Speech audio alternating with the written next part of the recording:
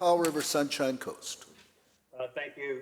Thank you, Mr. Speaker. And Tristan has a connection to Powell River, which would be appreciated, the previous statement there.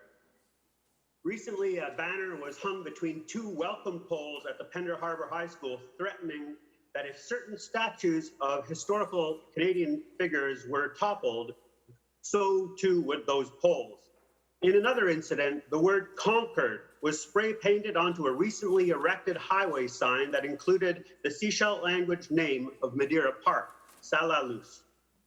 These racist incidents that took place on public property do not reflect or represent the thoughts, views, or feelings of residents of Pender Harbor or the Sunshine Coast, as the outpouring of love and support for members of the Sechelt Nation clearly demonstrated.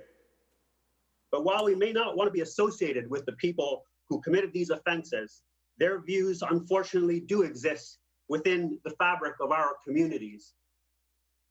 In addition to addressing individual acts of racism, we should also recognize that systemic racism is found throughout the structures of our institutions.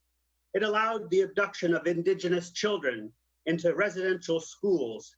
It raised Black communities of Africville in Halifax and Hogan's Alley in Vancouver to make room for highways.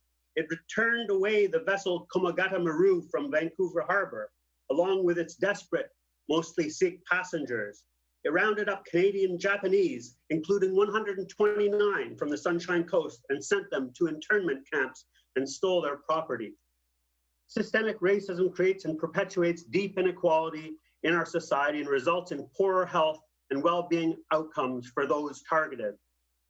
The acknowledgement of the Sechelt Nation's title and their reassertion of rights over their territory, the SWIAC, is part of British Columbia's process of reversing the effects of systemic racism, a project we will continue to pursue.